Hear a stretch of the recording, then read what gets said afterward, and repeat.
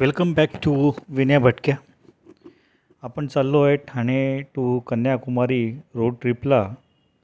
आणि आजचा आपला हा प्रवासचा दिवस दुसरा आहे. कोल्हापूरवरनं आपण चाललो आहे गोकर्णला. ही आमची टीम आहे. आणि सकाळी 6:30 वाजता मी उभा आहे हॉटेल ओपेलच्या बाहेर. हा काय स्पॉन्सर व्हिडिओ हॉटेल करता नाही आहे, पण तुम्हाला चांगली माहिती मिळावी म्हणून ही थोडीशी माहिती हॉटेल बद्दल देत आहे. चांगलं हॉटेल आहे, मेन रोडवर हे हॉटेल आहे. आणि सकाळी 6:30 वाजतासुद्धा तुम्हाला कोल्हापूरमध्ये वाहतूक चाललेली दिसते. हॉटेलचं हे रिसेप्शन आहे. रिसेप्शनचे रिसेप्शनमध्ये जे लोक बसतात ते सुद्धा अतिशय पोलाईट आणि हेल्पफुल आहेत. त्यामुळे तुम्हाला जी काय माहिती पाहिजे असेल ती ते फोनवरनं किंवा प्रत्यक्षसुद्धा अतिशय पोलाईटली देतात. ओव्हरऑल या हॉटेलमधली जी लोकं आहेत ते खूपच पोलाईट आहेत आणि व्हेरी कॉपरेटिव्ह आहेत. हे हॉटेल मागच्या एपिसोडला सांगितल्याप्रमाणे हे जुनं हॉटेल आहे. आणि हे जुनं हॉटेल त्यांनी पाडून आता नवीन हॉटेल तयार केलेलं आहे. अतिशय सुंदर अशा त्यांच्या रूम्स आहेत. आणि निघण्याच्या पूर्वी कॉम्प्लिमेंटरी ब्रेकफास्ट आहे. साबुदाण्याची खिचडी आहे. रूम टेरिफमध्येच ते इन्क्लूड आहे. कॉम्प्लिमेंटरी ब्रेकफास्ट, शिरा आहे, नंतर कुर्मा पुरी पण आहे. कुर्मा पण अतिशय चवदार कुर्मा होता, जास्त स्पायसी नव्हता. अशा 3-4 डिशेस ब्रेकफास्टला तुम्हाला इथे मिळतात. त्याच्याचबरोबर तुम्हाला ब्रेड बटर किंवा टोस्ट बटरसुद्धा मिळतो आणि थोडीशी फ्रूट्ससुद्धा होती.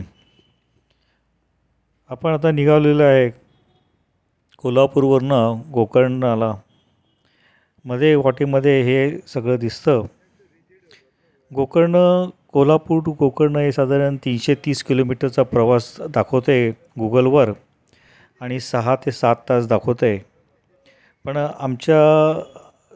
आम्ही रूटवर डिसाईड केलेलं आहे की प्रत्येक 2 ते अडीच तासांनी आम्ही चहा करता एक ब्रेक घेतो.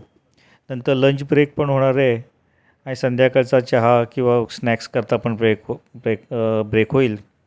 त्यामुळे गुगलनी 7 तास दाखवले असेल तरी 9.5 ते 9 तास तरी नक्कीच आम्हाला लागतील. हा जो दिसतोय हा मुंबई बेंगलोर रोड आहे. साताऱ्यापासून बेळगावपर्यंत भरपूर कामं चालू आहेत. नवीन पूल बांधतायत, रोड वायडनिंग चाललं आहे आणि त्यामुळे ट्रॅफिक फारच स्लो आणि काय वेळेला बरीचशी ची तिथे प्रॉब्लेम होतो. 30 ते 40च स्पीड काय वेळेला तुम्हाला मिळतो. मध्ये पॅचेस हे थोडे चांगले आहेत. तर तुम्ही ह्या रोडवरनं जाणार असाल तर नक्कीच या गोष्टीकडे लक्ष द्या आणि कंडिशन कशी आहे हे पहिली माहिती करून घ्या निघण्यापूर्वी. कारण आमचा पहिला प्लॅन होता ठाणे टू धारवाड, पण या रोडच्या कंडिशनमुळे आम्ही काही जास्त लांब जाऊ शकणार नव्हतो.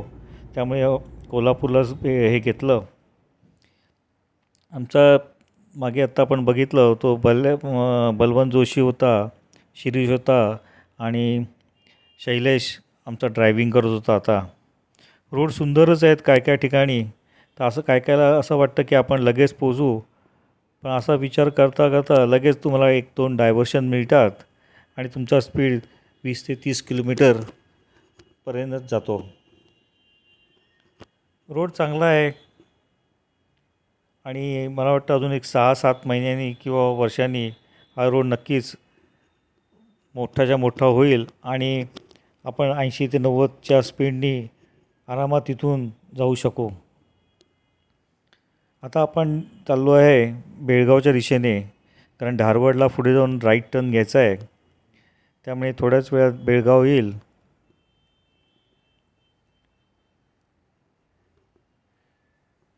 हा पॅच आम्हाला चांगला मिळाला होता आणि थोडंसं चहा ब्रेक करता परत हायवेवर मी थांबलो. मागे दिसतोय हा मुंबई बेंगलोर हायवे आहे.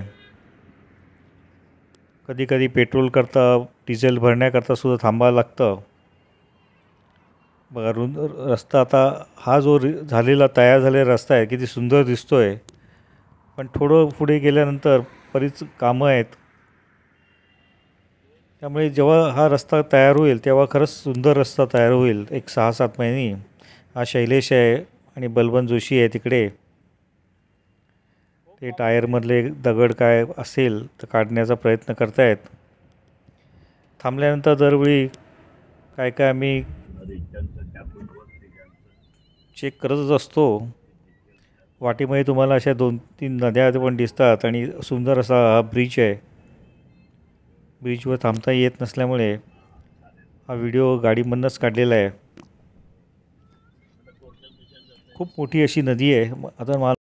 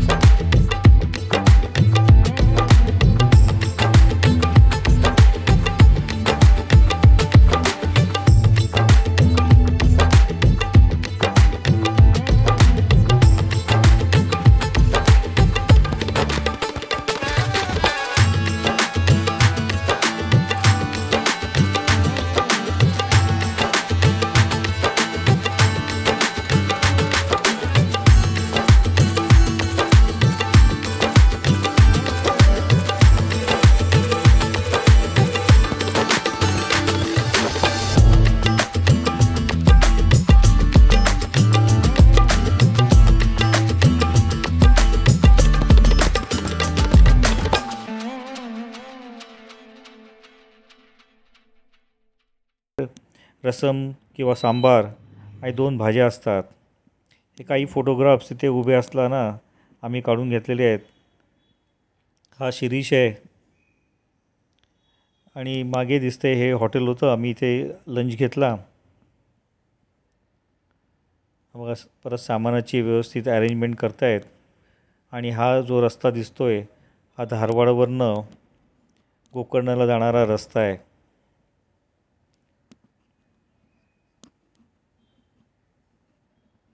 चांगल्यापैकी हॉटेल होतं. हे दांडेलीचं फॉरेस्ट आहे. जाताना दांडेलीचं फॉरेस्ट लागतं. खूपच थिक असं हे फॉरेस्ट आहे आणि इथूनचा प्रवाससुद्धा झकास असतो. रस्ते पण इथे चांगले आहेत. हा एक प्रकारचा एक घाटच आहे कारण आपण इथून खाली कोकणाच्या दिशेने उतरणार आहोत.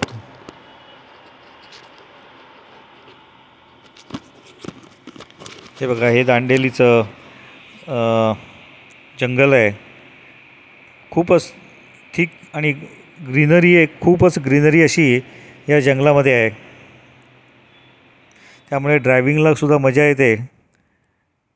रोड तसा नॅरो आहे त्यामुळे जरा केअरफुलीच ड्रायव्हिंग करावं लागतं कारण कर्व बरेच आहेत या रोडवर. कारण हा घाट प्रकारच आहे याचा.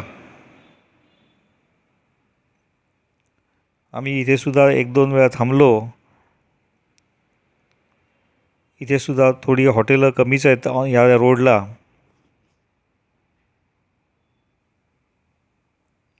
आणि हाच रोड पुढे तुम्हाला जाऊन गोकर्णला घेऊन जातो. तुम्ही इथून सरळ गेला का तुम्हाला गोवा टू गोकर्ण जो हायवे आहे त्या रूटला हा जाऊन मिळतो. त्यामुळे तुम्हाला पुढे जाऊन लेफ्ट घ्यायला लागतो. आम्ही आता गोकर्णला 8:30 वाजता पोहोचतो. हे आहे आमचं हॉटेल गोदावरी. छान असं हॉटेल होतं, 3 स्टार हॉटेल होतं, गावामध्येच आहे. आणि बाहेरनं बघितलं तर लाईटिंग आणि हे अतिशय उत्कृष्ट होतं. फोटोमध्ये तसं एवढं चांगलं दिसत नाही. बाहेर हा फळवाला पण आहे, तो जर तुम्हाला फळ पाहिजे असेल फळंसुद्धा मिळतील. परत हा काय स्पॉन्सर व्हिडिओ नाही आहे हॉटेलकरता, पण तुम्हाला माहिती देण्याकरता म्हणून सांगतोय. ही बघा, ही रूम आहे, डबल बेड आहे. रूम तशी कॉम्पॅक्टच रूम आहे, विथ AC, फॅन आणि अतिशय स्वच्छ आणि नीट असं हे हॉटेल आहे. फ्रीजसुद्धा अवेलेबल आहे, पाण्याच्या बाटल्या देतात, कबर्ड आहे, बसण्याकरता खुर्ची, टेबल, TV आहे. फार सुंदर असं हे हॉटेल आहे. समोर दिसतंय ते बाथरूम आहे, टॉयलेट बाथरूम हे आहे, ते टॉयलेट बाथरूम आहे. अतिशय नीट आणि क्लीन आहे. 24 तास गरम पाणी आहे इथे मिळतं. त्यामुळे हॉटेल हे खरंच सुंदर हॉटेल आहे. आम्ही 8:30ला पोचलो आणि दुसऱ्या दिवशी सकाळी 8:30ला निघालो, त्यामुळे आम्ही त्यांच्याकडनं बराच डिस्काउंट पण घेतला. ही चहा करण्याकरता सकाळी चहा कॉफी करण्याकरता सुद्धा इथे त्यांनी दिलेली आहे, व्यवस्था केलेली आहे. जेवण झाल्यानंतर रात्री डिनर घेतल्यानंतर आम्ही बाहेर फिरून आलो गावामध्ये. तर बाहेरनं हॉटेल बघा किती सुंदर दिसते. चाललो आहे आम्ही तर रिसेप्शनमध्ये. राईट हँड साईडला त्यांचं रेस्टॉरंट आहे. एक गणपती बाप्पाचं मंदिर पण केले, सुंदर असं मंदिर केले. आणि आपण चालू आहे रिसेप्शन. काय काय हॉटेलमध्ये तुम्ही शिरल्यानंतर तुम्हाला पॉझिटिव्ह वाईब्स मिळतात, त्याचप्रमाणे हे हॉटेल तुम्हाला शिरल्या असं प्लेझंट ॲटमॉस्फिअर इथूनचं तुम्हाला आहे असं जाणवतं. त्यामुळे हे हॉटेल तर तुम्ही जर कधी गोकर्णला जाणार असेल तर नक्कीच ह्या हॉटेलचा पण विचार करा. हे आहे यांचं रिसेप्शन, फार सुंदर असं रिसेप्शन आहे. नंतर वरनं आमच्या रूममधनं हे गोकर्ण सिटी दिसते. खाली दिसत आहेत ह्या लक्झरी बसेस येतात निरनिळ्या सिटीमधनं आणि इथे त्यांचा स्टॉप आहे. ग्रीनरी सगळीकडेच दिसते आणि आता सूर्योदय होतो आहे. सूर्योदयाचे आपण क्लिप्स पुढच्या व्हिडिओमध्ये बघू. हा बघा, हा त्यांचा मेन रोड आहे आणि हाच रोड पुढे जे गोकर्णचं फेमस टेम्पल आहे तिकडे जातो आणि त्याच्यानंतर पुढे तो गोकर्णचा मेन बीच आहे तिकडे घेऊन जातो. हे हॉटेल आहे गोदावरी आणि ही दिसते ही पार्किंग प्लेस आहे. भरपूर अशी पार्किंग प्लेस या हॉटेलला आहे, त्यामुळे तशी काळजी करण्याची गरज नाही. सेफ पार्किंग आहे, सिक्युरिटीसुद्धा चांगली आहे, त्यामुळे आपली गाडी व्यवस्थित पार्किंग स्पेसमध्ये राहू शकते. 3 स्टार हॉटेल आहे. भरपूर जागा आहे अशी पार्किंगला.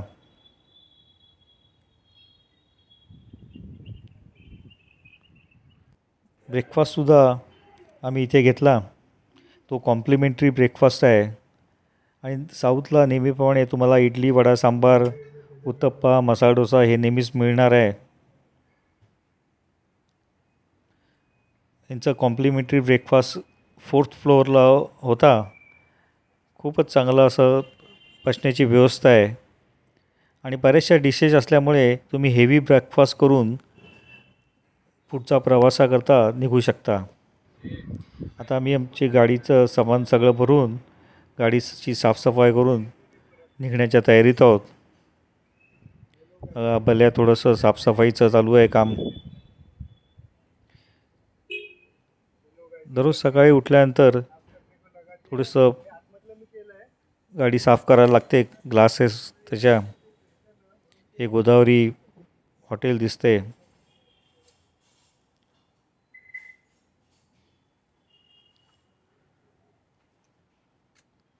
आणि मागे ह्या हॉटेलमधला स्विमिंग पूल आहे. शैलेश पण थोडंसं साफसफाई चालू आहे त्याची.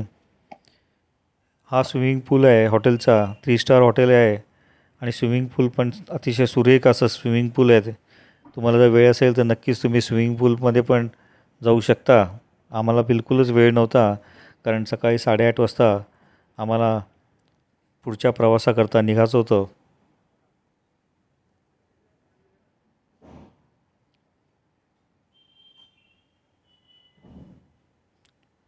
तर हॉटेल हे अतिशय चांगलं आहे, पण हा काय स्पॉन्सर व्हिडिओ नाही आहे हॉटेलचा. तर नेक्स्ट व्हिडिओमध्ये आपण बघू गोकर्णला देवळामध्ये जाण्याकरता तुम्हाला कसं जायला लागतं. तुम्हाला शर्ट काढून लुंगी करायला लागते. जाताना मुर्डेश्वरला सुद्धा आम्ही गेलो.